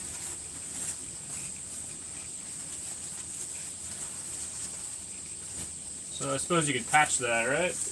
Yeah, it's got a stain on the back too. But at some point we're going to have to collect all of the clothing together and figure out what to do with it. And I've already got about half a room of just clothes. So some things are cool, some things are like retro 70s, and some things are super vintage, no idea how old they are. There's two more here. I think the other two are in nice condition. Cher says, do you have some of these recovered items for sale to guests or in a little yard sale? Well, I'm happy you asked that, Cher. We have the beginnings of an online shop. So our long-term goal has been to turn the garage of the guest house into a omiyage shop and farm stand. So Japan has some really cool options for coin-operated lockers and vending machines. So we want to sell our honey there and vegetables and also retro items from our houses. So I've just started putting together an online shop, and we have a small shop just in the Doma front room of the guest house that will eventually expand, and we're hoping by next year we'll have the garage turned into at least the beginning stage of a retro shop. So the little sign that I hand painted for Benton Guest House also mentions retro shop. So that is definitely in the works, and will also be an online shop for those in the US and Canada and Australia to start with. And that's just for ease of shipping estimates. Unfortunately, shipping is pretty expensive, so I don't know how well online sales will actually do, but definitely can't wait. We're going to use all these chests, and we're going to use all these cute vintage decorations to set up a retro shop and have all kinds of home goods and clothes and vintage stuff for sale. Yeah, most of these boxes are pulled away from the walls, so you can tell they're made to be accessible. So they're all just seasonal stuff that the Ryokan would have used, like a winter clothing. And That anyway, makes sense. yeah. That makes sense. So they bring their heavy blankets up here. Okay, let's check out this one. This one is, yeah, Shabako Uji. Ooh. And that's lined with metal. Stinky.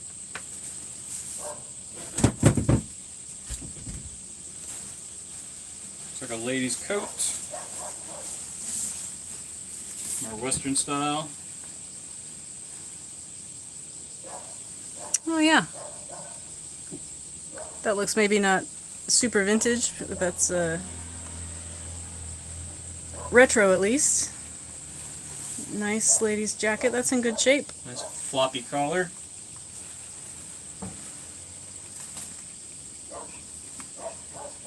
And scarf.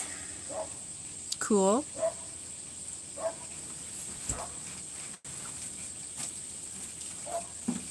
Cute. Yes, it's cute. This is a mothball bag. Yeah, that's the mothball bag. That's Ugh. why it smells of mothballs. That'll kill ya. If you're a moth. Oh, lordy. The whole bottom of it is mothballs. Must have been something real special in there. Or it was just mothball storage.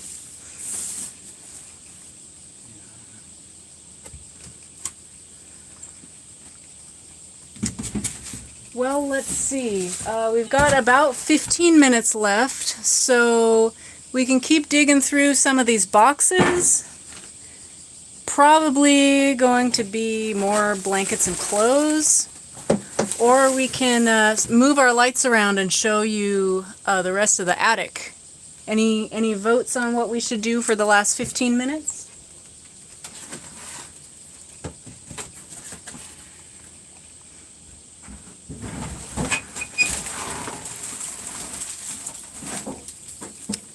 We've still got 22 people here. That's awesome. I can't believe.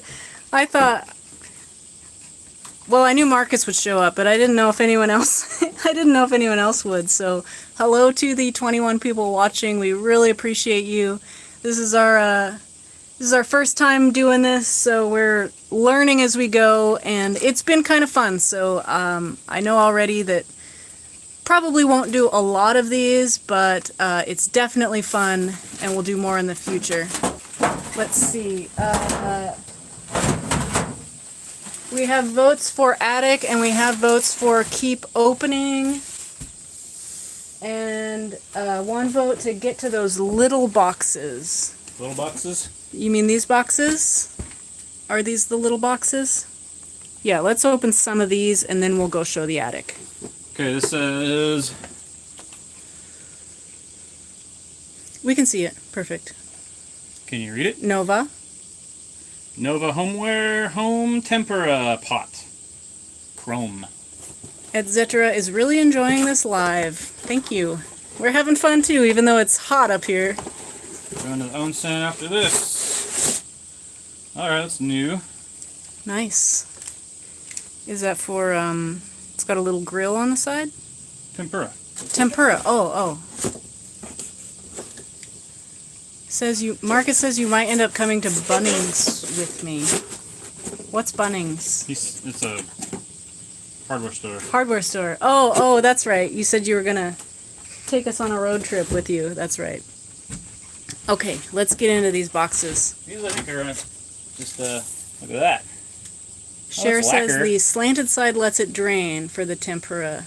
Mm-hmm. Susie says Bunnings is an Aussie icon. So this is a lacquer box, wooden lacquer. That's real nice. And Danny discovered that lacquer comes from a tree that makes you itch really bad.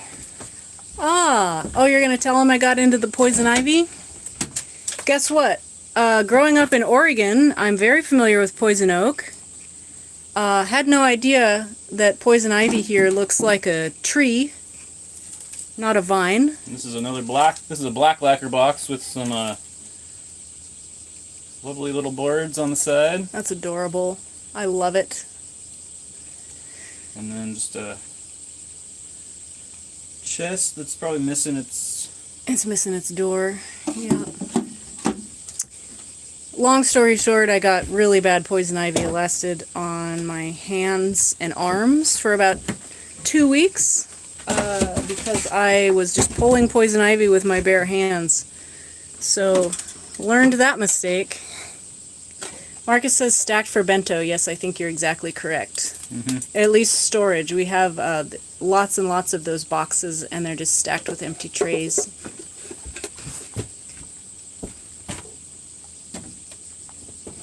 Let's open this this little wooden one here. Okay.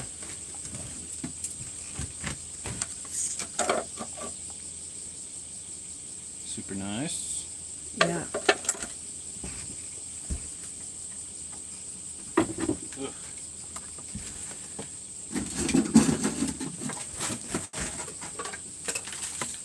Gosh.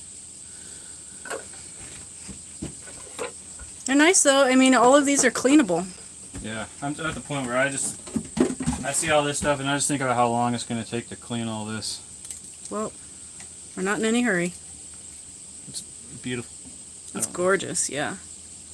You see that? Yeah. Can the camera see it? Yes.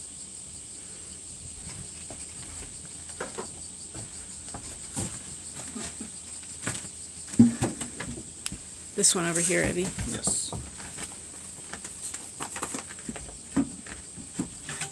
Ooh. So there's some lacquer.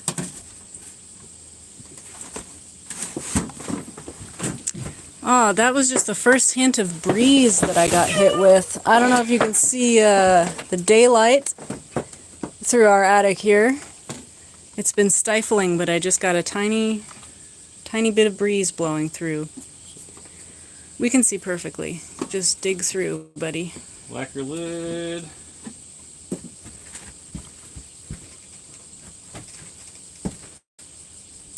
So we have entire rooms full of dishes. I wonder why there's certain dishes that are up here in the attic. Because these are actually lacquer. This one's busted, like warped, so... Or maybe it got warped when it came up here, I don't know, after it was up here. Wow. Or this is, I mean, this is the seasonal stuff, you know? So this might be osechi. This is a whole box of lacquer bowls, though. This is amazing. Nice. Yeah, I guess you're right. These are different because they're lacquered. Most of the 2 rooms of dishes that we have are almost all ceramic with assorted plastics, so... Wow. And of course there's probably going to be like 30 of each of these. Nice. Anybody in the market for a lacquerware set of tiny bowls? And then a set of bigger ones. Super cool. As we go through this house, I'm going to swap out some of the dishes and silverware that we have at the guest house, so it's more antiques as well. So they will all be put to good use eventually. And let's see. Go through this box and then let's go look at the rafters. Oh, wow. What is that?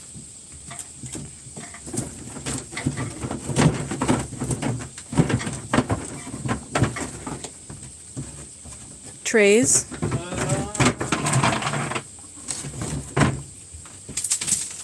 yeah, I guess tray is what you'd call it. Oh, nice. That's beautiful. So it's probably for the weddings or something. That's a whole box of those identical trays.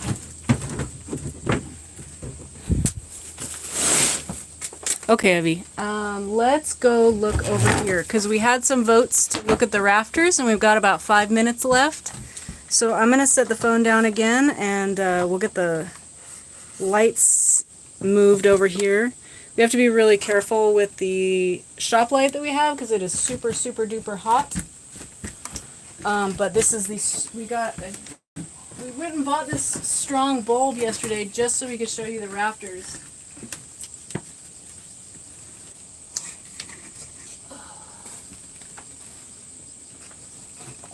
Tamaya is interested in our things. Ah, we've got a lot of things. And Cher says she thinks we need more gloves and masks. Well. Indeed. Indeed. It's dirty work. All right, can you see over here? Let's have. Do you want to hold the light or the camera, Eddie? I'll hold the camera. Okay. Well, you're gonna have to climb up on that box to look over the edge, so. Why don't you hold the light then? I'll hold the camera and climb up there.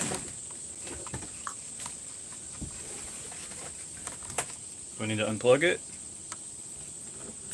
No. Just come hold the light. Okay. Give me just a second, guys. We're gonna make some adjustments here so we can go look at the rafters.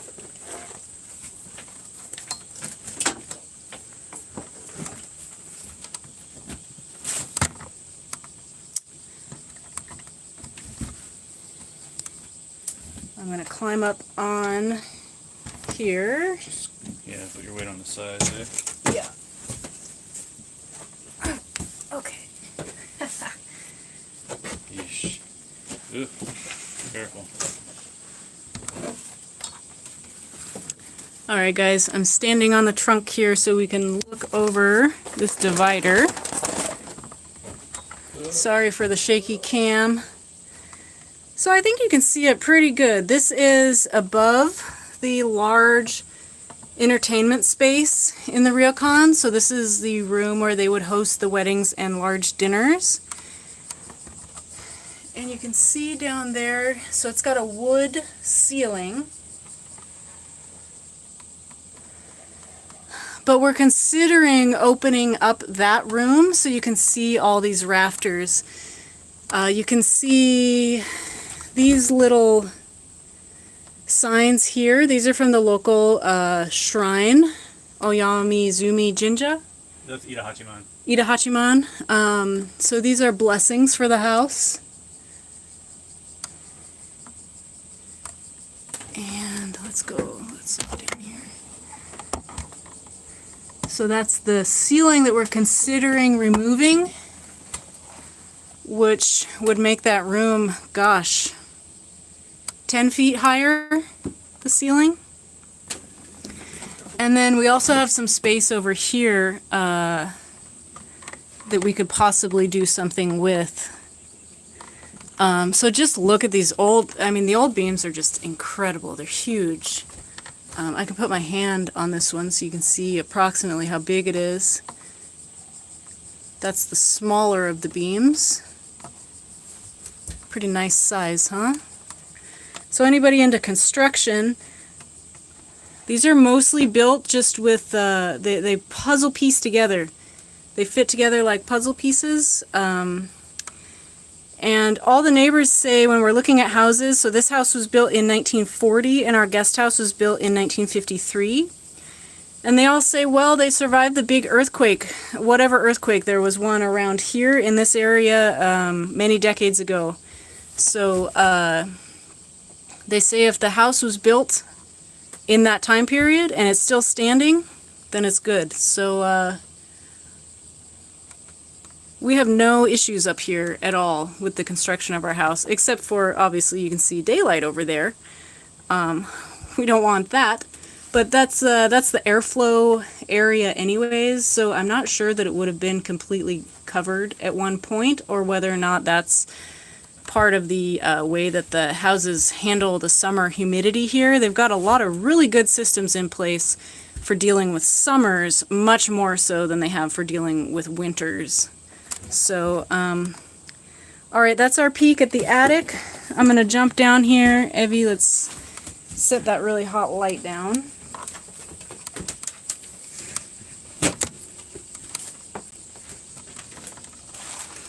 I think it's turning off.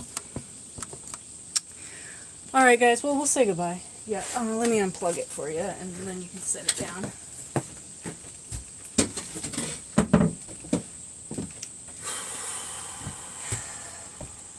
All right, guys. That was fun. Thanks for joining us on our first adventure. Next time, I'm not gonna let you guys make us be in the attic for this. We'll be somewhere a little more comfortable, but this was fun. I'm glad we let the community decide what room to check out, and we will be doing a full video up here whenever we get around to going through the rest of the boxes. So you won't actually miss out on unboxing any of this.